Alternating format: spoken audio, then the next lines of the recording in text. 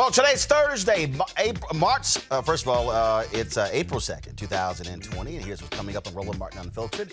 The latest information about the COVID-19 pandemic: more than 5,000 Americans have died as a result of this virus. Senator Kamala Harris will talk to us about the impact of the coronavirus on Black communities and why she is staying in D.C. to fight on behalf of all Americans. Also, Minnesota Senator Amy Klobuchar will join us to talk about expanding mail-in voting, while in Wisconsin, Republicans are fighting that. And also, in Georgia, a top Republican says, if we do that, that's going to cause all of us Republicans to lose. Voter suppression? How do small Black businesses get help to stay afloat during this pandemic? We'll talk with John Bryan, who's the founder of Operation Hope. At least 7 people test positive for COVID-19 after attending a Kojic conference in Kansas City. Pastors, y'all need to stop meeting. And smaller churches are in danger of closing without help from their parishioners. We'll tell you how larger churches are trying to help. And got a little fun on the show. Some people, of course, staying at home. So I've got a friend of mine out of Miami who's a bartender who's going to have some nice, fun drinks you can make at home while you are social distancing. Plus, Samuel L. Jackson says it's time to stay at home. It's time to bring the funk on Roland Martin Unfiltered. Let's go. He's got it. Whatever the miss, he's on it. Whatever it is, he's got the scoop, the fact, the find. And when it breaks, he's right on time and it's rolling. Best believe he's knowing. Putting it down from sports to news to politics. With entertainment just for kicks, he's rolling. It's on go, y'all. It's Roland Martin, Rolling with Roland now. He's funk, he's fresh, he's real, the best, you know he's Roland Martin now.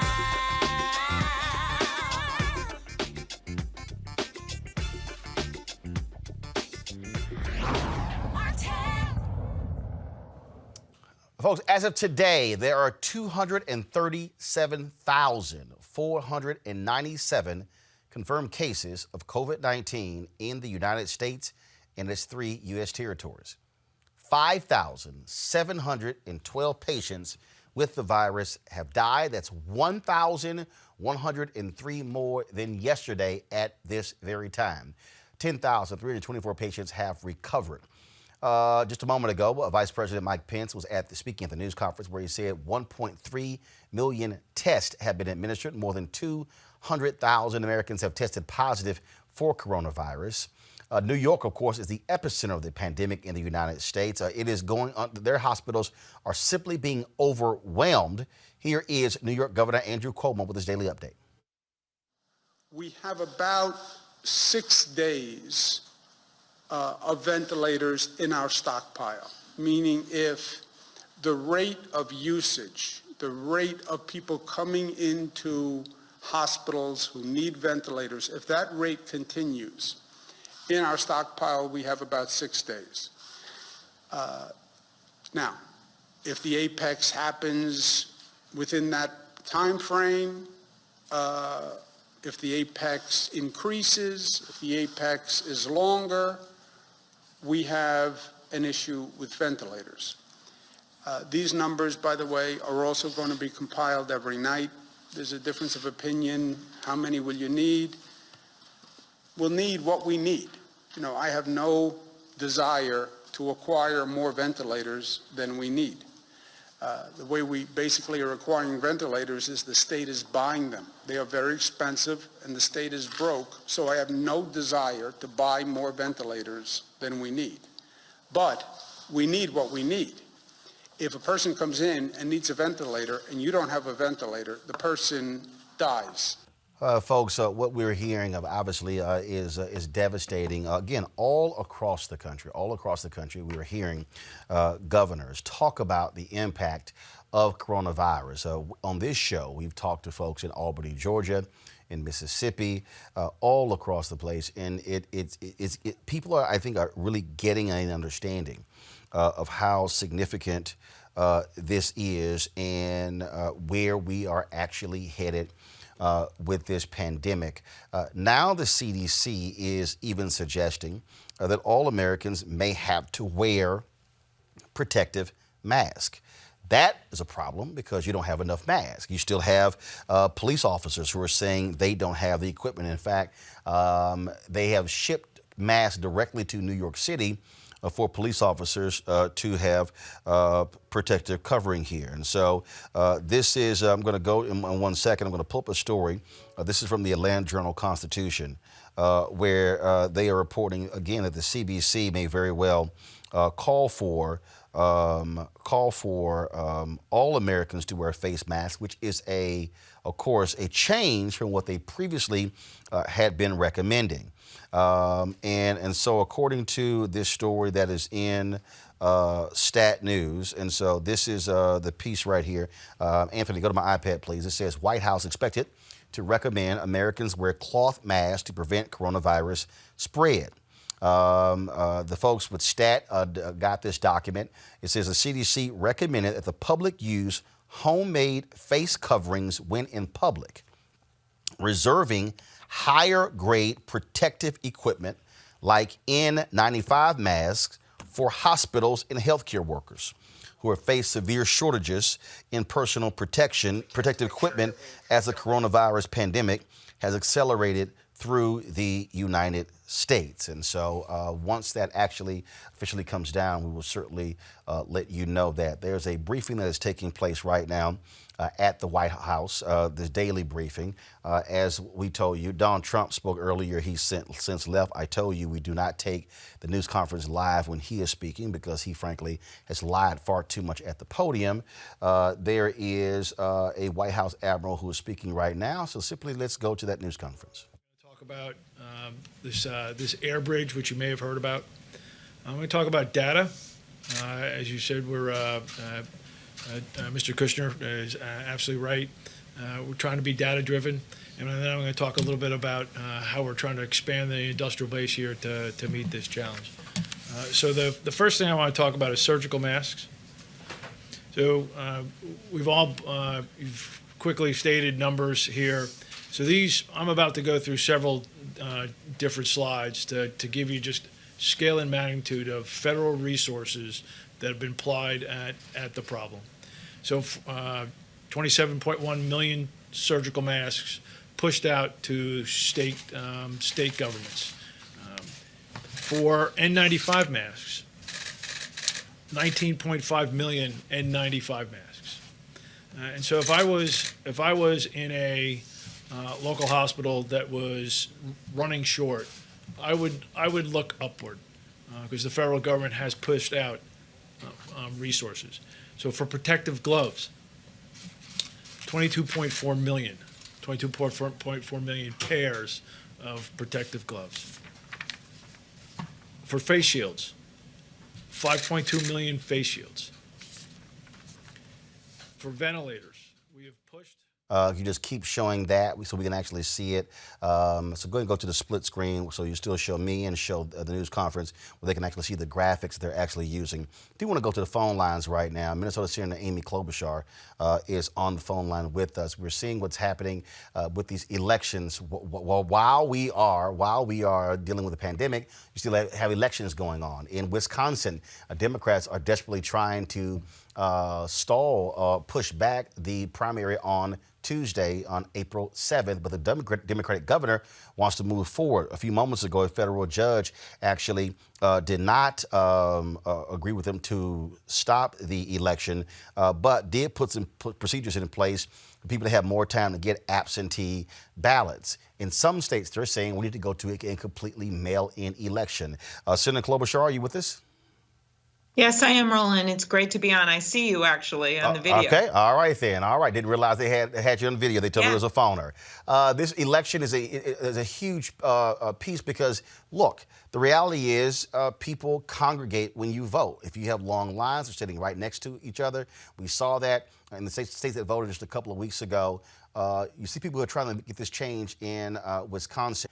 But you also have it was happening in Georgia where the Republican Speaker of the House actually said that this would be horrible because this will ensure Republicans lose. And so how in the world do we deal with this when we're trying to deal with a pandemic, but you got partisan politics here where we have Republicans who do not want to see mail-in balloting because they actually believe that if more people vote, they lose. It's unbelievable. And I really appreciate that you're talking about this long-term problem. We know the short term. We've got to get the medical equipment out. Despite all these claims by the White House, we know that so many of our frontline workers don't have medical equipment, that this administration screwed up at the beginning when it came to the tests. And that's resulted in actually the need for more medical equipment because we weren't testing people to begin with to figure out who should be quarantined and who shouldn't.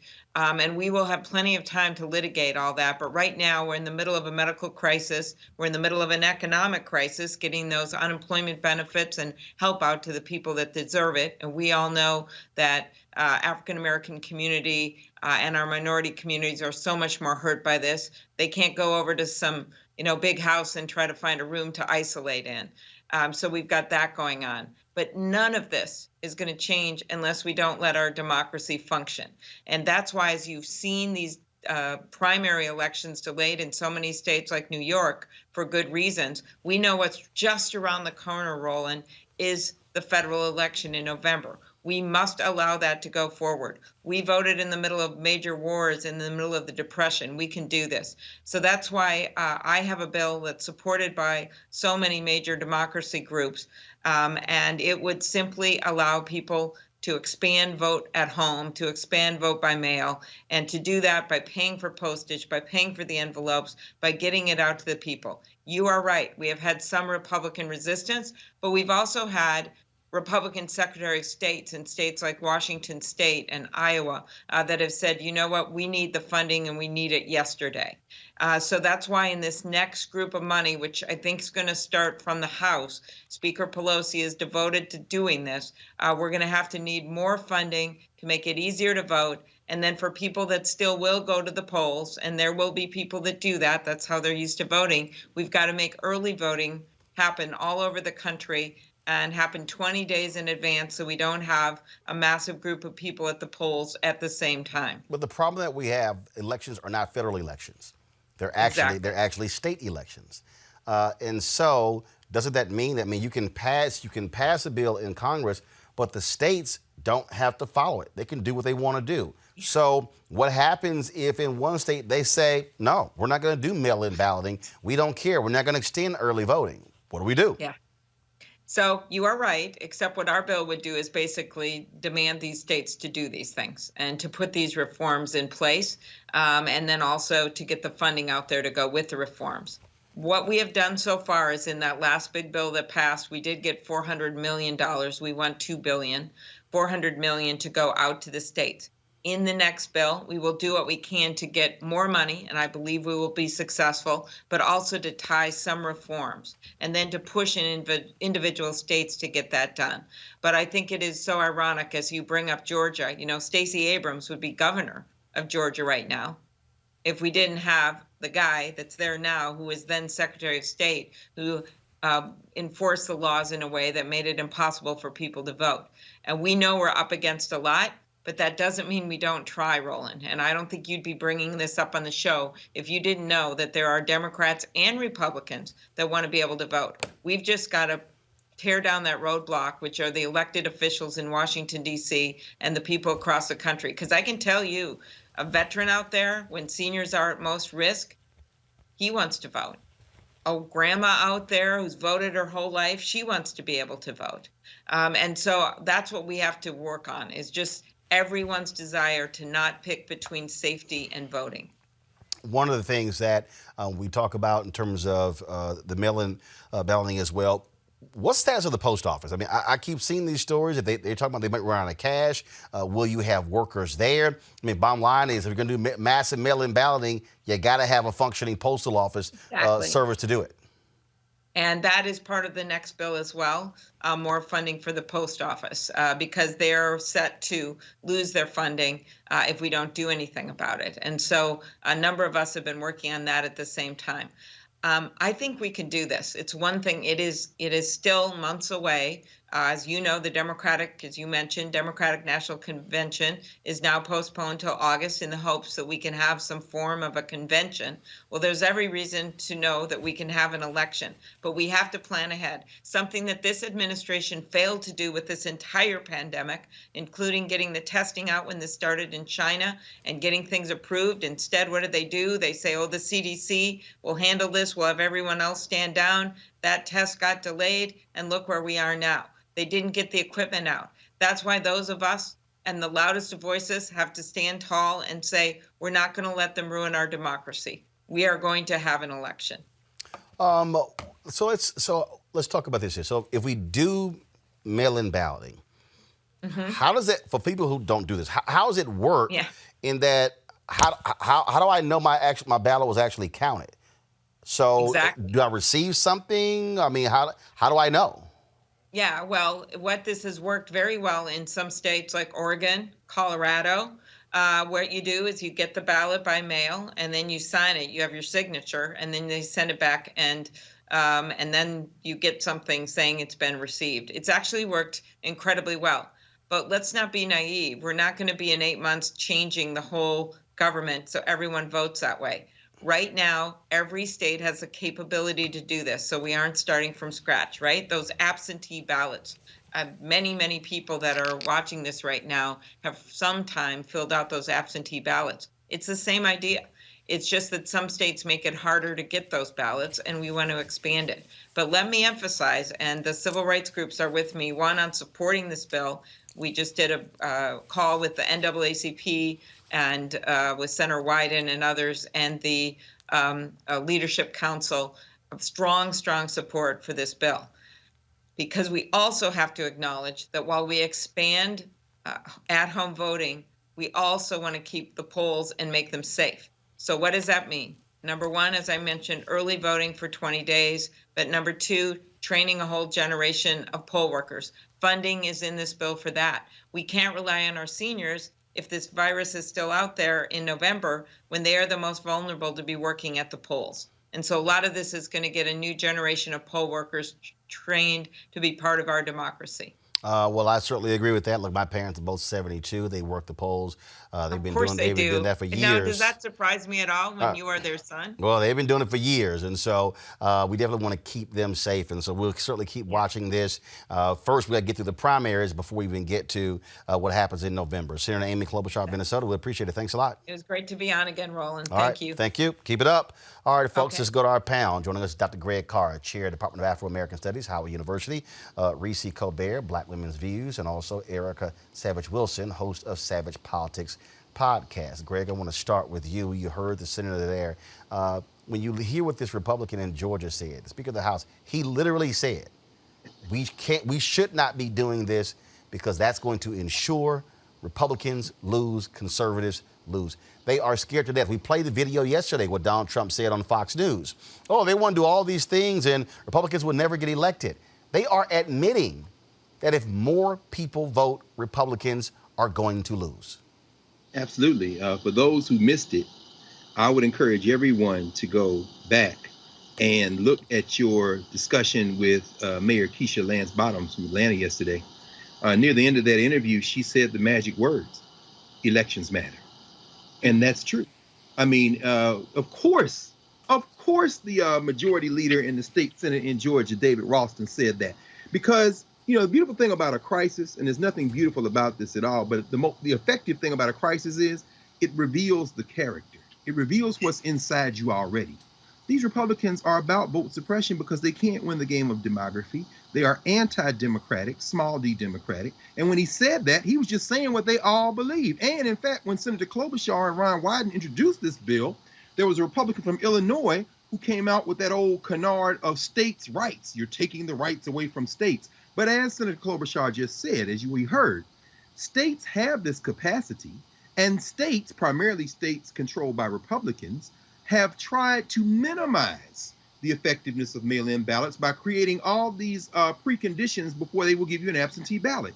Finally, I think, again, going back to yesterday, what we see is, and this is for my friends who argue that all the parties are the same, No. What we saw with Brian Kemp yesterday, the criminal enterprise that happened in Georgia that led to him being the governor, was muted in part by Keisha Lance Bottoms and black people being in charge of the cities. What you saw in Albany, and I'm sure Eric is going to talk about that in a second, that comes because the state is trying to intervene. And finally in Mississippi, where this fool wouldn't shut anything down, Chokwe Antar Lumumba, the mayor of Jackson, Mississippi, says, I have the authority. Elections matter, brother, and this is another example of why. Erica? Oh, absolutely. I couldn't agree more. And of course, Albany is my hometown. And one of the things I know for sure about Speaker Ralston is that he is through and through Republican. And what he has also done is that he's authored a letter that was signed by 11 people in politics, one of which is the appointed Kelly Loeffler, who was found days after she was appointed to Senator Isaacson's seat in December. January 24th, started selling stock after sitting on that Senate Health Committee and hearing about coronavirus. And so when we think about the people who are Republicans in the state of Georgia and our politicians, this is of no surprise whatsoever. Speaker Ralston has definitely been in lockstep with Kemp, Sonny Perdue, who was the previous governor, and Nathan Deal, both previous governors of the state of Georgia. And so one of the things that they did in that letter that they penned is reach out to the current Secretary of State to say that the delay to May 19th from the March 24th primary date, presidential and general primary, be delayed once again. And so interestingly, the Secretary of State, Republican Secretary of State, Brad Raffensperger, has said no, they will go forward May 19th. And so they're really pushing for that to be pushed out into the June timeframe.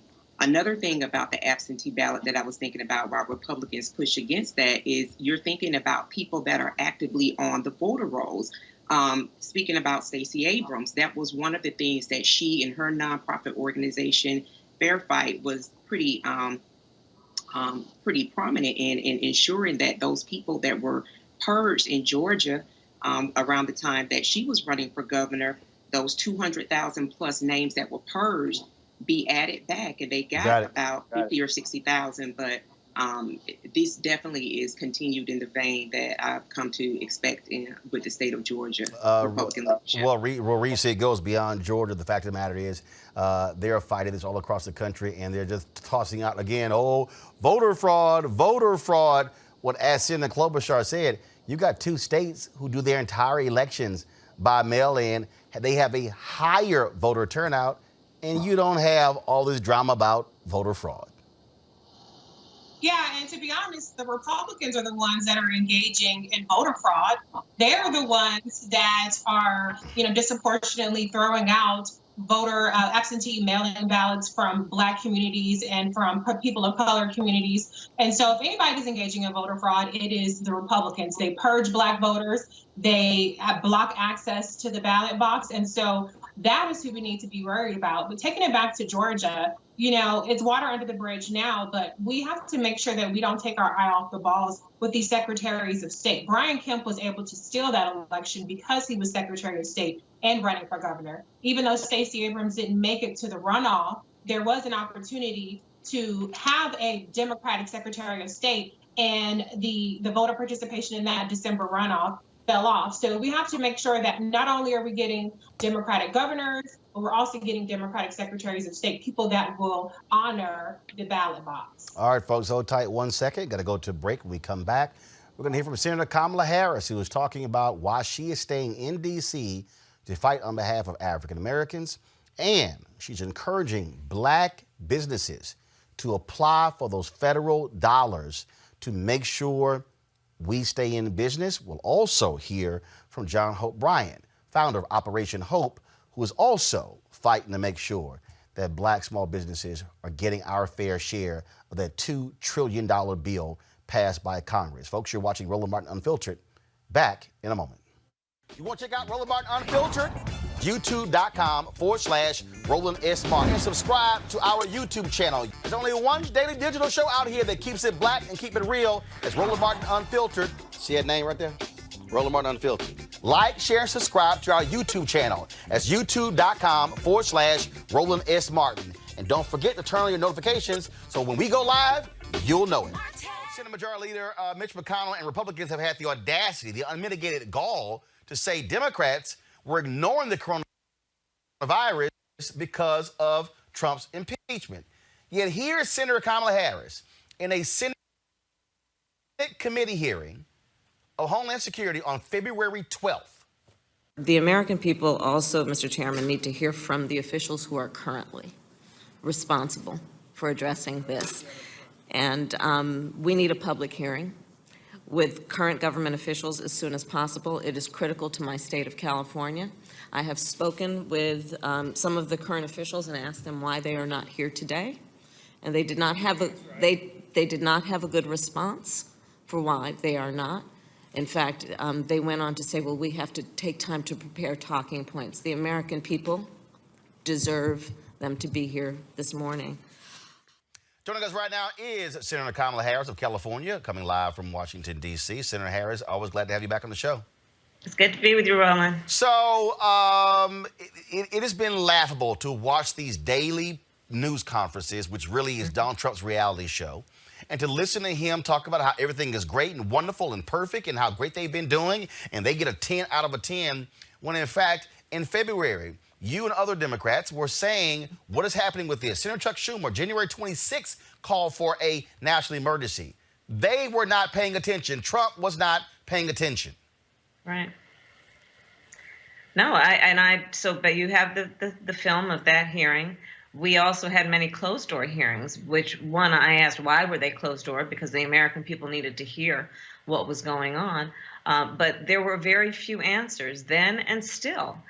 You know, listen, we just heard a report from the president's own scientists that there is an estimate that up to 250,000 Americans will die because of this pandemic. And one of the things that we know, we certainly couldn't have avoided it arriving on our shores, but we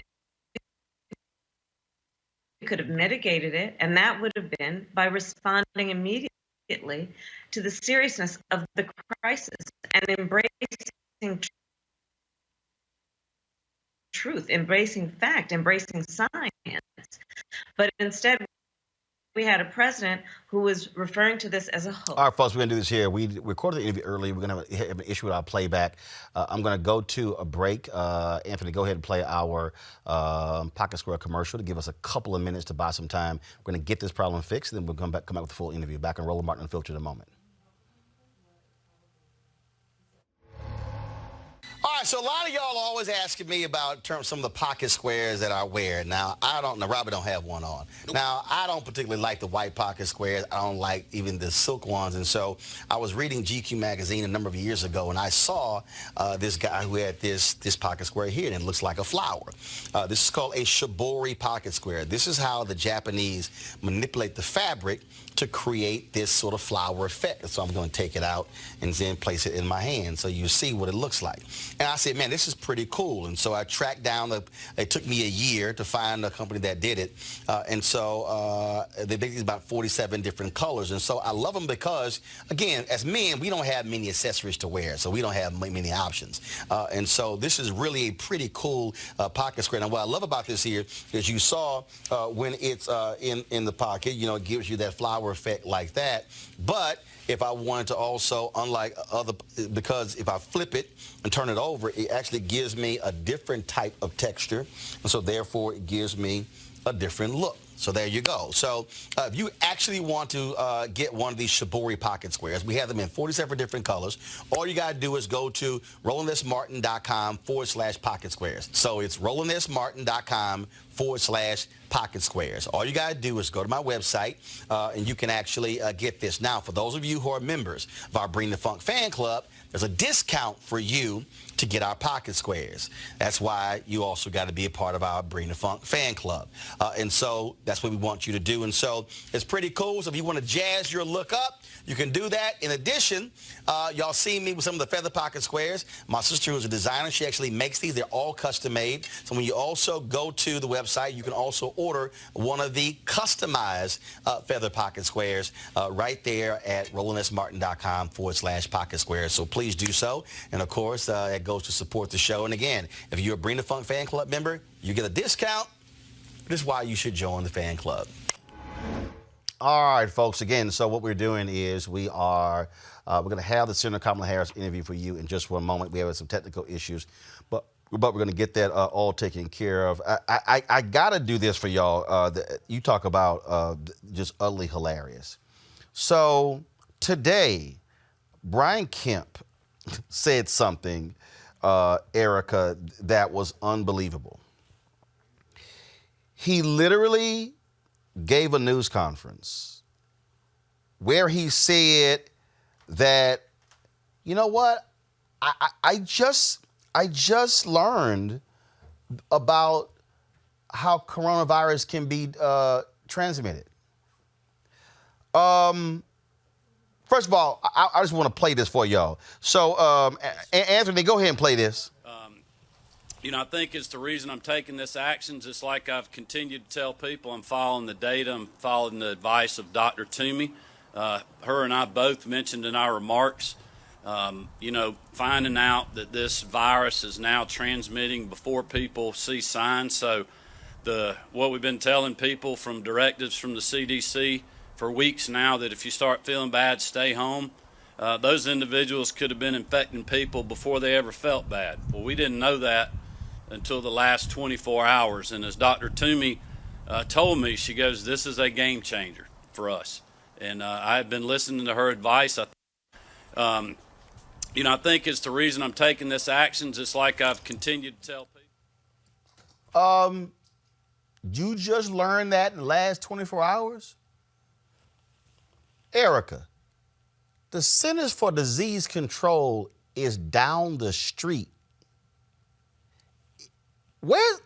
Erica, you from Albany, right? You guys, Erica there? I'm here. Okay, Erica, what's the state capital of Georgia? Atlanta. So the state capital of Georgia is in Atlanta. Mm-hmm. The Centers for Disease Control is located in Atlanta. And Brian Kemp, the dumbass governor of Georgia, just learned in the last 24 hours you could not show symptoms of coronavirus. Lies. The last 24, I'm sorry. Yeah, and I'm glad you said it the way that you said. It gave me a moment to just smile, because unfortunately, Georgia, which has the fourth largest Black population in the nation, Dougherty County, where I'm from, Albany, is leading in coronavirus cases. And what makes this not laughable to me is that of all of the people that have passed away in Dougherty County, one of those people that passed away after 24 hours on last Saturday was a great asset to the community, and a dear friend, Femi Anderson, who is a proud Albany State University graduate, the Unsinkable Albany State University, and that she also was a big influence in music and culture in the city. And so to have that type of loss from a dear friend, understanding that within that state, this is the same governor who actually stole that title, the same governor who practiced for 8 years while I was living there as well, practiced purging folks from off of the rolls. You're talking about millions of Georgians under his tenure were purged from the roll, and not all of those names added back. You're talking about our personal information was lost at least twice. Voter information supposed to be very much so protected information twice under Brian Kemp's tenure as Secretary of State. So when I hear Brian Kemp talk, all I think about is Trump sycophant. He assumed that governorship under false pretenses. And so to say that he only learned that people were able to be asymptomatic and be carriers of the coronavirus, I don't believe that at all. He's proven himself to not be executive material, to not be a leader. And as you brought up before, and I believe it was Dr. Carr maybe that brought it up before, that were it not for Keisha Lance Bottoms and many of those individuals who are Black and who have a very good understanding that when we talk, when we provide solutions, we're not just providing solutions for our community. It is for the net benefit of all. And so it's crazy. You're the governor.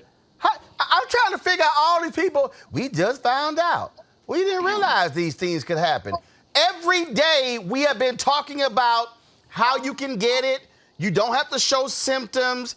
Every day, oh my goodness, we didn't know. The last 24 hours, we just figured out what was going on. Oh my goodness. And people will believe that. I don't get it.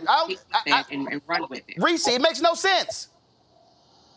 Yeah, I mean, it's bullshit. Let's just be honest. I mean, have you talked to your fellow Republican governors, Governor DeWine in Ohio or Governor Larry Hogan in Maryland are doing a really good job of responding to this? Are you talking to Donald Trump? I know he's had conference calls with different governors. Are you paying attention to Mayor Keisha Lance Bottoms, who's doing extraordinary work down there in Atlanta? You have to literally have your head under a rock to not understand that asymptomatic people can transmit the coronavirus. And now today we're even hearing that you could potentially transmit coronavirus just by simply breathing or talking. And so he, of all people, a person who's responsible for a major state in this country that's having an outbreak, needs to be on top of this stuff. There is absolutely no reason, no excuse for it. I mean, like Erica said, we all know that he's lying, but just the fact that he feels emboldened enough to be that ignorant or to pretend to be that ignorant says a lot about his Republican supporters in the Republican Party, period. Greg, when you look at, again, the reason I find this to be laughable, because we already know Florida Governor Ron DeSantis, chief idiot. Then he got moved aside as chief idiot by Mississippi Governor Tate Reeves. With this comment right here, Brian Kemp is now the chief idiot. Well, they all sing in the same chief idiot choir. If you were making a cartoon and literally drew what an idiot would look like, you've named 3 living caricatures who would be in that cartoon.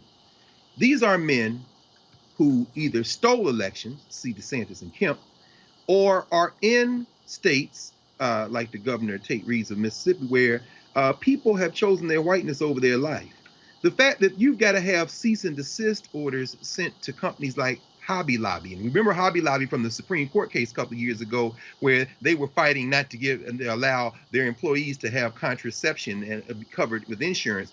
You are talking about ideologues. Brian Kemp is a liar.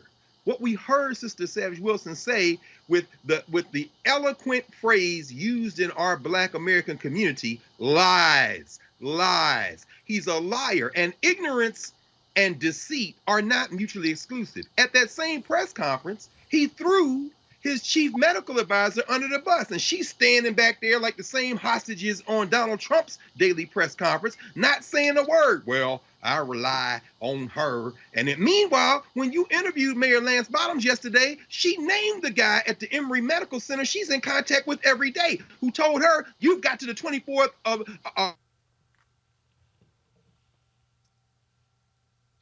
All right, looks like Greg is frozen up. But I want to. Is Greg there? Did he unfreeze? Greg, finish your point. Go ahead. No. I was just going to say very quickly that Lance Bottoms, using medical advice, then went on to immediately sequester Atlanta. The bottom line is this, brother. You've named it with Kemp.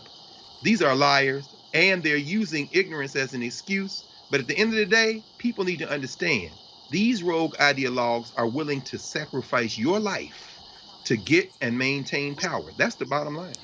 Anthony, I want you to go to my iPad. Folks, this is an interactive map from the New York Times, okay? You see where the gray is on the far left is no travel. Okay? That's no travel. That gray you see on the left. On the left. The darker portion, darker stuff is you see it's called closer to normal travel. Look at that. Now remember they always talk about these elections and they're always talking about, southern states. Look at all those red states. The dark color and the lighter color. So let me say it again, y'all. The gray area of this New York Times map, that's called no travel. As you see this map, what is it telling you? You see New York, Vermont, Massachusetts, Connecticut, Maryland, D.C., New Jersey, Pennsylvania, most of Ohio, West Virginia, Illinois, Wisconsin. Then you go to most places in Colorado, New Mexico. You look at California, Washington State, Oregon State. But look at all those red states. North Carolina, South Carolina, Florida, Arkansas, Mississippi. Y'all, this is as of last week. That's why this damn thing is spreading. It is spreading because these ignorant governors were so idiotic and did not want to tell people to keep their ass at home. And guess who's now getting sicker? Those same states. Greg, go ahead. No, I was just going to say very quickly, much of that activity in the states where our people are, especially the South, as the Times article kind of goes on to explain, is because our people are at the bottom of the socioeconomic order, which means they are the ones who are in the grocery stores, who are still at the bodegas, who have to travel to work. And also, they are also the ones who have to go farther, particularly in the South, and Erica knows this as a Southerner like we are. They have to go farther to get supplies from a grocery store. So in the red, even in those states where our people are, that red isn't necessarily because they want to be out. That blood red underscores your point. There's still 12 states that haven't shut down. This is what is driving me crazy here is that this is death. Reese, this is literally death. These people are putting their livelihood. These governors are playing games. This is no time for games. Reese, go ahead. Yeah, absolutely. And another thing to point out is you have Governor Ron DeSantis, who finally decided to put in a stay-at-home order. But then the things that they classify as essential services, and Brian Kemp is guilty of this as well, basically allows for business as usual. I mean, if you are allowing churches to have these large gatherings, where we know from one particular choir rehearsal that happened a couple of weeks ago, where more than half of the people who came just for rehearsal ended up coming down with coronavirus, that, you cannot allow large gatherings, whether it's for church, and we love the Lord, but you need to see the Lord on Skype or on these online, programs, instead of going into church and infecting other people. So even with these stay-at-home orders, they're not equal stay-at-home orders. And I think that some Republicans are kind of putting in such lenient stay-at-home orders that they're not going to be effective. And even today, I saw on CNN earlier that the death projections that, Donald Trump and his folks have been trying to socialize or normalize us at 100,000 plus people will die. Even that has been, revised upwards because the social distancing and the stay-at-home orders have not been effective enough, and they have not been widespread enough. Well, they're not effective, Erica, because unless you go hard, like they did in California, and force people to stay inside, they're not going to do it. And I'm telling you right now, we're going to discuss it a little bit later. These churches, Reverend Jackson had a phone call today, Erica, with more than 1,000 churches trying to get these black pastors to keep their behind at home. Your home city, Albany, somebody was infected, went to a funeral in Albany, Georgia a couple of weeks ago, infected a number of people. 30 people in Albany have now died as a result. People need to understand this thing does not discriminate, and we're going to be the ones who really get hurt by it the most. Erica, final comment before I go to a break and come back with the Kamala Harris interview. Right. And so faith without works really is truly dead. So I think what people, and Reese mentioned it, I mean, as a believer, we actually have to employ faith in action. And as a person who believes in what that means your tithes and your offerings, treat it like a monthly bill, but sow into wherever you are fed. Just on the Albany piece, I just want to mention, because I don't think that there was mention of this right before those funerals, Albany had a marathon and a half marathon that drew upwards of 1,200 people from 34 states and 7 foreign countries to help qualify for the Boston Marathon, the Snickers Marathon. They've been doing it for 14 years. So that, coupled with being a couple days later, you have this funeral gathering, really did make Albany a hot spot for coronavirus in the state of Georgia, unfortunately. Well, that is quite unfortunate. All right, folks, so we figured out our technical issues, and so here is the interview that I promised earlier with Senator Kamala Harris.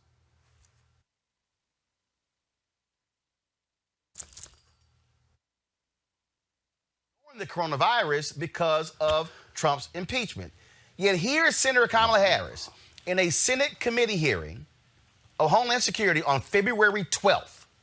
The American people also, Mr. Chairman, need to hear from the officials who are currently responsible for addressing this.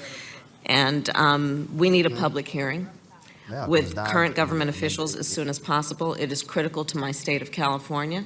I have spoken with some of the current officials and asked them why they are not here today, and they did not have a good response for why they are not. In fact, they went on to say, well, we have to take time to prepare talking points. The American people deserve them to be here this morning. Joining us right now is Senator Kamala Harris of California, coming live from Washington, D.C. Senator Harris, always glad to have you back on the show.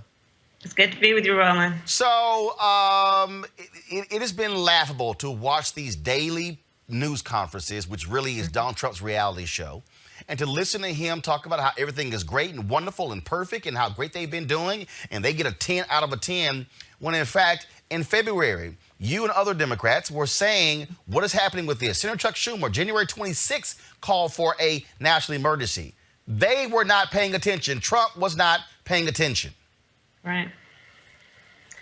No, but you have the film of that hearing. We also had many closed-door hearings, which one I asked, why were they closed-door? Because the American people needed to hear what was going on. But there were very few answers then and still. You know, listen, we just heard a report from the president's own scientists that there is an estimate that up to 250,000 Americans will die because of this pandemic. And one of the things that we know, we certainly couldn't have avoided it arriving on our shores, but we could have mitigated it, and that would have been by responding immediately to the seriousness of the crisis and embracing truth, embracing fact, embracing science. But instead, we had a president who was referring to this as a hoax, a president who was being, I would actually argue, quite frivolous in the way he was approaching this, and because he was interpreting everything that was happening through the lens of his life and his priorities as opposed to the American people. You know, Roland, this is one of those moments where the people deserve their government to work. The government has 3 essential functions: public safety, public education, and public health. But part of the problem with Donald Trump is he has never fully embraced what it means to be president of the United States. He does not believe in government. And so at this moment, where the people need their government to work and need their president to take on a sense of responsibility for the public health of the nation, he has fallen short. And what has happened instead, thankfully, is we have leaders at a local level, at a state level, who have been shouldering on broad shoulders the responsibility for taking this on. London Breed, the mayor of San Francisco, was the first mayor in the country to say, you know what, we're locking this down. We're going to have people stay at home. And the most recent reports I've heard is that her hospitals are therefore not yet at capacity because she took the issue very seriously at its early stages. Well, and it's also shameful to watch somebody, and do understand, I said this on ABC in 2017, I cannot call him president because he doesn't respect the office. I prefer to respect the office, but until he respects it, I can't call him by that title. And what he has consistently done, he doesn't want to fully maximize the National Defense Production Act. This whole idea of, well, no, we got this whole thing worked out. Then to question whether or not hospitals actually need as much protection? Do they need the gowns? Do they need the mask? I'm reading these stories. I'm talking to people I know who've had loved ones in New York die, and they're talking about the ventilators. Now, I read a story the other night where, hey, if you have a heart attack in New York, if they can't revive you on the scene, they don't even take you to the hospital because of coronavirus. And what we're seeing are daily news conferences about, hey, I'm #1 on Facebook. Everything is great and wonderful. We're doing a great job. I mean, it does nothing but anger you to watch the failure of Donald Trump and the federal government respond to this coronavirus. No, I mean, to add to the points that you're making, the hospital workers. You know, so many of our healthcare workers are women of color who are going to work every day, leaving their babies at home because they believe in their mission, which is to help save lives. And they are going to these public health facilities, hospitals and clinics, and they are doing their work without the appropriate protective equipment. They are coming home knowing that there is a potential for them to infect their family, and they're doing it because they believe in their mission. Some of the heroes coming out of this, clearly one of them is not the President of the United States, but some of the heroes are these healthcare workers who are, you know, not just doctors and nurses, but the folks who are working in the hospitals every day, helping to bring aid to the people who need relief. And that's why I'm fighting for them, and that's why I actually stayed in D.C. instead of going home to California. We need to make sure that we are fighting to get the resources to the hospitals. This last $2 trillion bill that we passed granted $150 billion to hospitals, but it's a good start, but it is so not enough. I yesterday was in a phone conference with the 13 biggest mayors in California talking about the needs that they have for tests, for masks. You talk about the Defense Production Act. So here's the thing. Donald Trump doesn't get what it means to be President of the United States. Because if he did, he would understand the President of the United States has been equipped with certain tools to use at a time of a national crisis. One of them is the Defense Production Act, which simply gives the president the authority to say to the private sector, you need to produce this, you need to manufacture this in the best interest of the well-being of the nation in a crisis. So he just sat there having that tool at his disposal and not using it. And now, just in the last few days, he has to encourage the production of ventilators. But let's be clear about this. The production, they've not yet been produced. It takes a while to produce the numbers that we need and then get them to the streets. And so I'm saying, okay, good, do that, but also let's get the production going of masks. Let's get the production going of tests. People are dying every day in this country. And had that taken place in early February, here we are now in April. They would have been ramped up, would have been able to get all of the equipment needed, would have been rolling up the assembly lines, but instead they're saying, oh, no, here we go. And the same thing with the test, the exact same thing. I mean, you got people who are sick, but they can't get tested because they're not sick enough. So here's the thing we have to do. First of all, we've got to make sure that, you know, there's a lot of misinformation out there, and we need to make sure that folks understand what is available to them. And that's about, I've got all the numbers and the website information to give you so you can post that on your show. But the part of it also that concerns me is that the very nature of this virus is it is predatory, and it preys in particular on people who have pre-existing health conditions. So what I've been looking at is when you look at the fact that Black children are 20% more likely than other children to have asthma, when you look at the fact that Black families are 40% more likely to have high blood pressure than others, when you look at the fact that Black women are 3 times more likely to have lupus than white women, when you look at the fact that those who have sickle cell anemia are very vulnerable to respiratory viruses, we've got to make sure that our folks know where their vulnerabilities are and encourage folks to seek treatment. Because compounded on all of this is what we know. You know, I've talked to you about this so many times, my work on Black maternal mortality. We know the racial bias that exists in the healthcare system. And so we've got to do what we can to try and overcompensate for that and encourage folks to seek out help. And to know where their vulnerabilities are so that we can make sure that they are taking extra cautions to be safe. It's very interesting. I was this guy, this conservative who I follow, and he is constantly complaining that California Governor Gavin Newsom put the state on lockdown, as you said, following London Breed in San Francisco and some of the other mayors, and then went statewide. And I'm going, and all he's done for 2 weeks is complain that this is too much. You've got Devin Nunes, congressman, Republican congressman from California. Oh, why aren't the kids being back in school? And I'm literally sitting here going, idiots.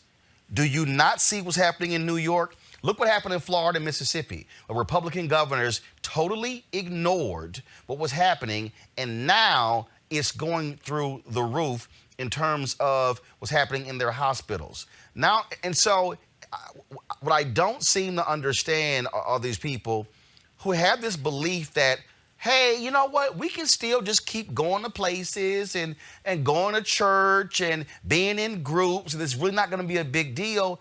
This thing is a killer. Yeah.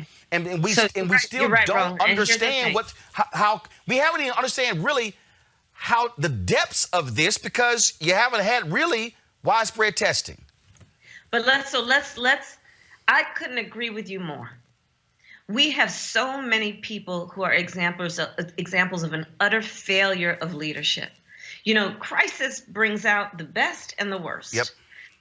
You know, back to those healthcare workers who are going to work every day. Heroes, because here's the thing. Unlike if they were called to do their profession and their skill of saving lives in a time of war, where they would have to go and deal with the trauma every day, these healthcare professionals, all of them, are going to work every day, not only dealing with extreme trauma, but knowing that they're exposing themselves and their families by extension to harm. Heroes. Mm-hmm. Let's talk about what we need to do to have legislation, which is part of the reason I'm fighting here in D.C., to get paid sick leave. Yep. Workers deserve to have the time to be home and get better when they are sick without worrying about whether they can put food on the table to feed their babies or have a roof over their head. Part of what I'm fighting for is to say that we need to protect consumers. April 1st was yesterday. So bills got to be paid. The rent needs to be paid.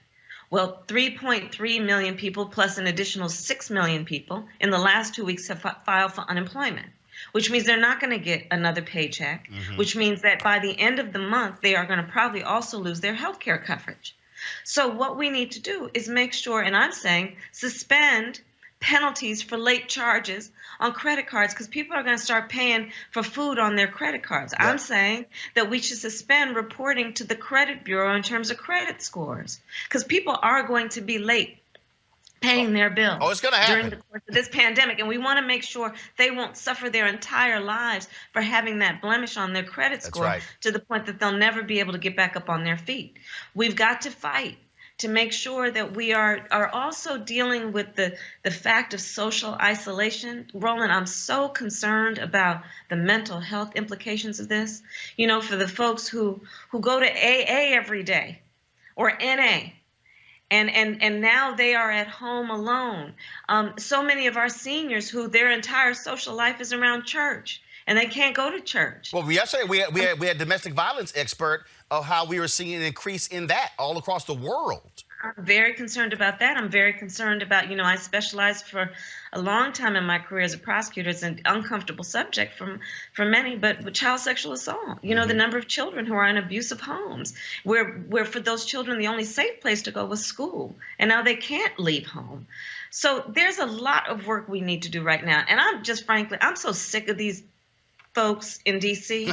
who are supposed to be leaders and are in a state of denial and in a state of political manipulation. Let's just focus on what we all collectively know needs to get done. We need to advocate for the least of these. This is that moment. This is a moment where we have got to be strong for each other. We've got to be patient with ourselves and each other. We've got to reach out to folks. I'm saying, you know, yes, social distancing, but not emotional distancing. This is a time for every one of us to really to express all that we have and are capable of showing in terms of leadership and stability, because this is a crisis that we are in, unlike anything we have seen in our lifetimes, you know. And to that point, we lived through 9/11, most of us. It was, by its nature, it was a national security crisis. We experienced and lived through the Great Recession, which was a financial and economic crisis. Wall Street crashed. People lost their homes and their jobs. This here is a public health crisis at its core, which has resulted in an economic crisis. But the public health piece of this is going to require a lot of attention. So that's about our advocacy for masks and ventilators and protective equipment for those healthcare workers. It's about advocating for our children. 3 million children, 3 million students in the United States don't have access to broadband.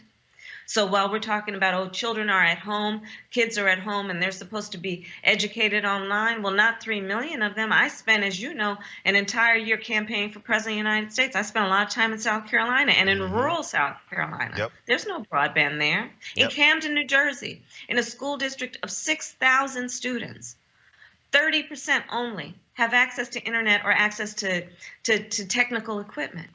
So these are the things we need to deal with right now. And this really is about each one of us reaching out to our friends, to our neighbors, letting them know they are not alone, and advocating and helping to support them and weather this storm. Last question is not even a question, it's really a statement. Could you please implore the small black business owners who are watching that they have to apply for, look, $2 trillion plan. Look, this is a small business, okay? I started this show 2 years ago.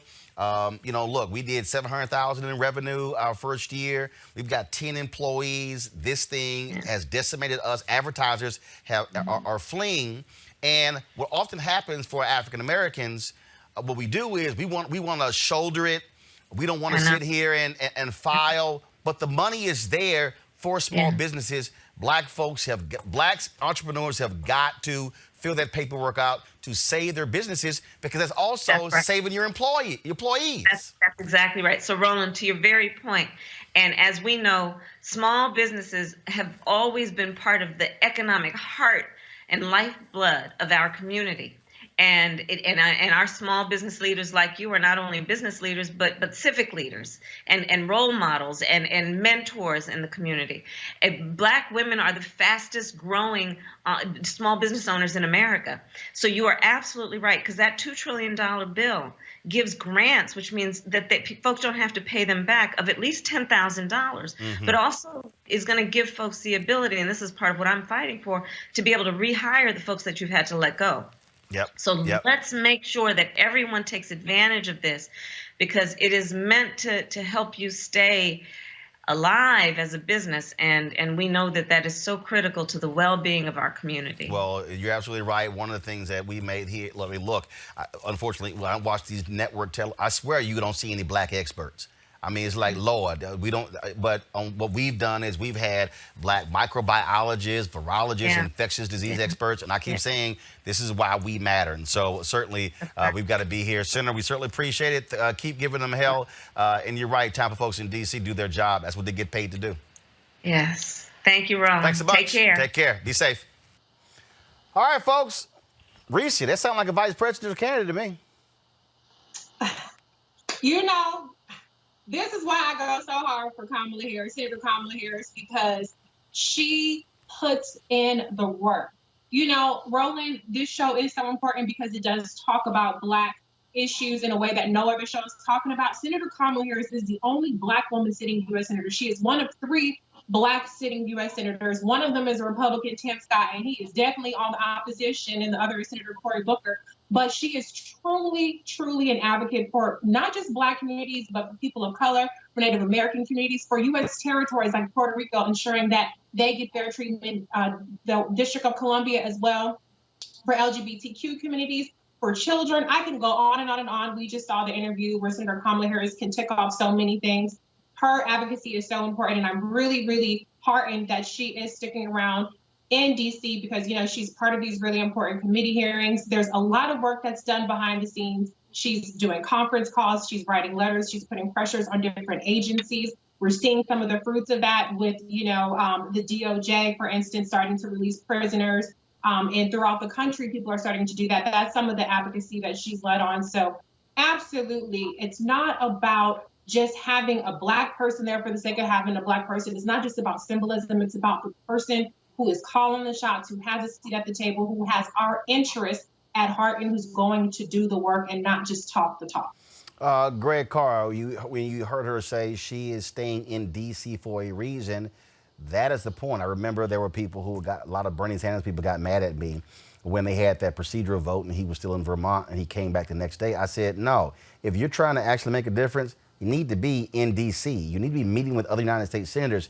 I mean, this is where you've got to have your elected representatives, frankly, on deck. They're doing the work, on the wall, whatever phrase you want to use, because what's coming out of the White House is pure just ignorance.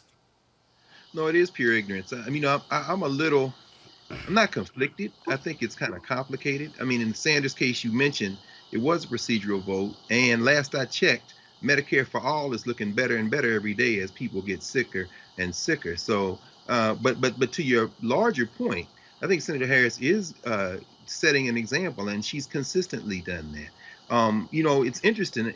I'm on the phone every day or in Zoom meetings with educators, K-12 educators. The point she made about broadband access and internet access is very important. I was talking with a bunch of Philadelphia school folks on Wednesday, or our Philadelphia Freedom Schools meeting, and the young people are reporting out that it's very difficult for them.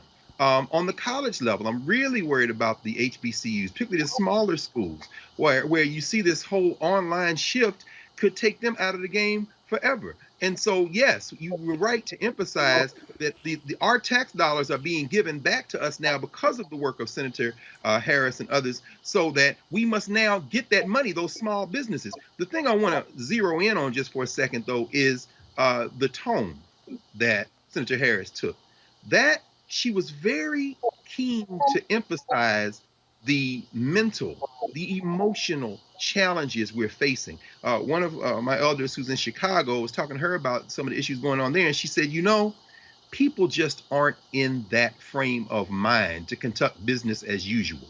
So if you are a federal legislator and you've gone home because of family circumstances, or you're trying to do work politically on the ground there, you must remain intimately connected with D.C. If you've done as Senator Harris done, you're given an example of being physically present. But we have to remember, whether it's administrators scheduling Zoom conferences every 2 hours without regard to the fact that people are just trying to get from sunrise to sunset, or other people thinking, well, it's just now all online, we can make that shift.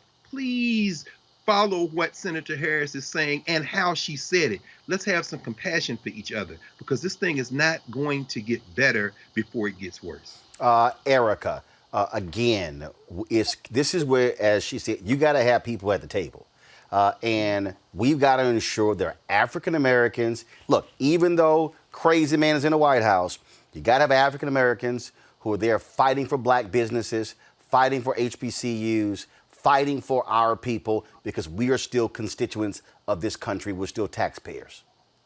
Right. And listening to Senator Harris, you immediately understand why it is so very important for us to have a seat at the table. Because, again, going back to what we do when Black people enter the picture, specifically Black women into a place of leadership, having a voice, we lift up all people. Think about the myriad of issues that she rolled out, some things that had not been thought about. I listened to her on an MSNBC interview a couple of weeks ago, and when she was rolling out how we should treat this and the things that are important, that third piece that she brought in, and she's one of the only people that I've heard say this, is she's the approach should be from a public health approach, a public health standpoint, and that it does have economic and all these other implications. And so when you think about the whole person and how that impacts making this really, really serious shift, a shift that when you think about the census, there had to be preparation for that, going to digital, going pretty much all digital. We have in the United States, everybody doesn't have access to broadband. So you have nonprofit organizations like Fair Count that have partnered with other folks to say that, listen, in these rural areas, we're going to be able to provide kind of like internet cafes and hotspots so that people can complete their census. And National Census Day was yesterday. So that is why it is ever important that Black folks, communities of color, are at the table Yep. because we are thinking about the whole community because that's who we are. Well, folks, you heard me talk to Senator Kamala Harris about that very issue in terms of African Americans getting these dollars from the federal government. Joining us right now is John Hope Bryant. He is the founder of Operation Hope. He has been one of the folks out there, again, making that possible, trying to make that thing possible as well. John, how you doing? All right, is John there? Hey, Roland. Hey, John, how you doing? All right. I'm well. Thanks for advocating on behalf of our people. Well, I certainly appreciate it, sir. Glad to have you here. And also, y'all see that water bottle sitting right next to John? Just so y'all know, yeah, he sent me one too. So this is a huge water bottle, so I keep it right here. It's not cheap. This is not the cheap one. This is the real deal. No, this ain't cheap. This ain't cheap. So nice big 25-ounce bottle. And so, Anthony, what are you doing? Go to Split Shot. And so just want y'all know I stay hydrated doing this 2-hour show. And so we're certainly glad to be here. John, first and foremost, talk about, again, the work that you have been doing to make sure that we are getting our fair share of this $2 trillion deal Congress passed. Yeah, so let's keep it real clean here. We can play, we can get into political partisanship at another time. The color now is green. It's not red or blue. It's not black or white. It's green, as in the color of U.S. currency and sustainability of the environment. It's all hands on deck. I'll explain why, in my opinion, in a second. But and as you know, Roland, I've worked with successive administrations, Obama, Clinton, Bush, etc., because the color's green and we don't get enough of it, as you've been saying on your show. And thanks to the senator and others for working bipartisan basis, the good old days, bipartisan basis, to get this legislation through in record time. About 10 days ago, I got a call on a Saturday morning from the Treasury Department asking for my help. I said, of course, what? They said, we need creativity around a $300 billion small business liquidity program. Should it be equity? Should it be debt? Should it be a grant? So on and so forth. So I put out my iPad and sketched some stuff out and sent it to him. And a couple of days later, somehow it found its way, a draft of it in the Senate bill. It's going to be live, I think, this weekend and accessible to all Americans. I'm concerned that African Americans, for a range of reasons, African American small business won't get their fair share. Even nonprofits, by the way, listen now, everybody listening and watching this can get access to this. In other words, you get funding too. Individuals have access, companies have access, nonprofits and faith-based organizations should get liquidity. And again, independent contractors. So, for instance, if you're a freelancer, if you're somebody out there and you're a consultant, so you don't actually have a business set up, but you're just an independent contractor. Mnuchin today at the press briefing said that they can also apply for this. Business owners can now apply for up to $10,000 cash advance grant through the Small Business Administration, and then you can get working capital up to $2 million. And one of the things that also jumps out, there's a loan forgiveness in that if you keep your employees, right, John? Yeah, this is employee centric. First of all, it's unprecedented. There's never been a windfall like this of opportunity for our people if we take it ever in 100 years of modern government. This even going back to the Great Depression, never been anything like this before. And so, yes, if you keep your employees on, you don't pay that portion of the loan back. That's the grant piece that was built into it. So it functions like a loan. But if you furlough your employees versus firing them, bring them back, or hire, you get to keep that money in order to pay it back. It becomes equity in your business without having the government be your partner. Roland, let me give some little context for how big this is. Yep. People throw around these numbers and nobody really thinks about it. When we bailed out the automotive industry, everybody got all worked up about that. That was a couple $2 billion. When we had the mortgage crisis, of course, that was the worst thing since, as you know, the Great Depression. That was $187 billion, give or take. 2 weeks ago, it was $1 trillion, a T, went through the Federal Reserve, through the Fed window to banks to keep them liquid. Then there was a $2.5 trillion, this package, that just passed through. That's $3.5 trillion. There's probably another trillion that will come through as part of this whole stimulus. That's $4.5 trillion. That is 20 times larger than the last stimulus in the history of this country, and it's literally a quarter of the GDP of this country. $5 trillion. They're literally taking a $4.5 trillion worth of cash and plugging a hole in the economy covering 90 days. It's unprecedented. And the banking regulators have signaled to the banks, do not put undue pressure on borrowers, read black and brown folks in this example, who are good people. In other words, you paid before, but because you were laid off, because you have some trauma now, you can't pay right now.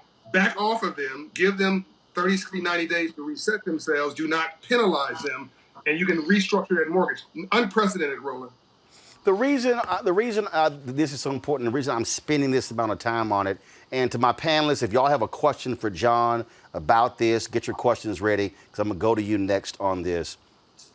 It's because, John, and I'm just going to go back to when, in 2004, when I filed for personal bankruptcy because of health, because I had my appendix ruptured. And by the way, so proud, Roland, that you have no shame mentioning that. People should have no shame in their game about mentioning what's going on. It's just something that happened. I'm so glad you said that. A dude in the White House and filed bankruptcy 4 or 5 times. So it's like, I'm just, come on. And so the reason, here's why I'm saying that. And you can speak to this because you've seen it. African Americans, we have been raised, we have been taught. Our whole thing has been you got to bootstrap everything. And so then what happens is we put all this pressure on our shoulder. How are we going to meet our obligations? How are we going to pay it? And I've talked to people and they're like, man, I couldn't believe you filed for bankruptcy. I was like, yo, white folks created this system. I'm just using the system they created. And I remember, and I never forget, I remember sitting in the room and I looked at the faces of all the black people. Man, it was pain, it was pressure.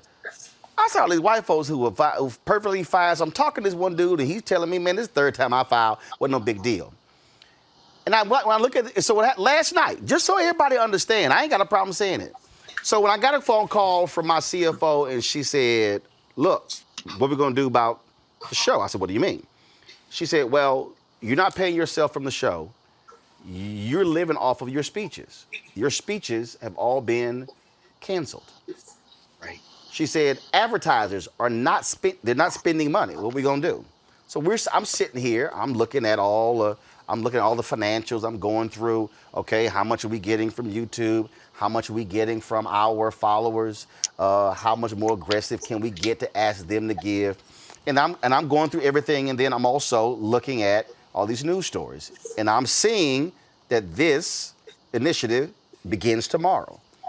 Mm-hmm. She got an email at 4:30 this morning, because I was up. I said, yes, y'all applying for this tomorrow.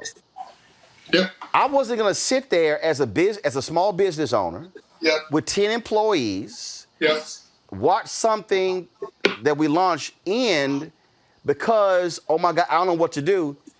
That's $2 trillion. Black people, let me be real clear. White folks, the moment this bill got passed, was focused on this. I need black people. Black women start a business at a faster rate than anybody else. There are 2.6 million black-owned businesses, 2.5 million have one employee, doing an average revenue of $54,000. Here's the federal government saying, hey, you can apply for this thing and immediately get a $10,000 cash grant.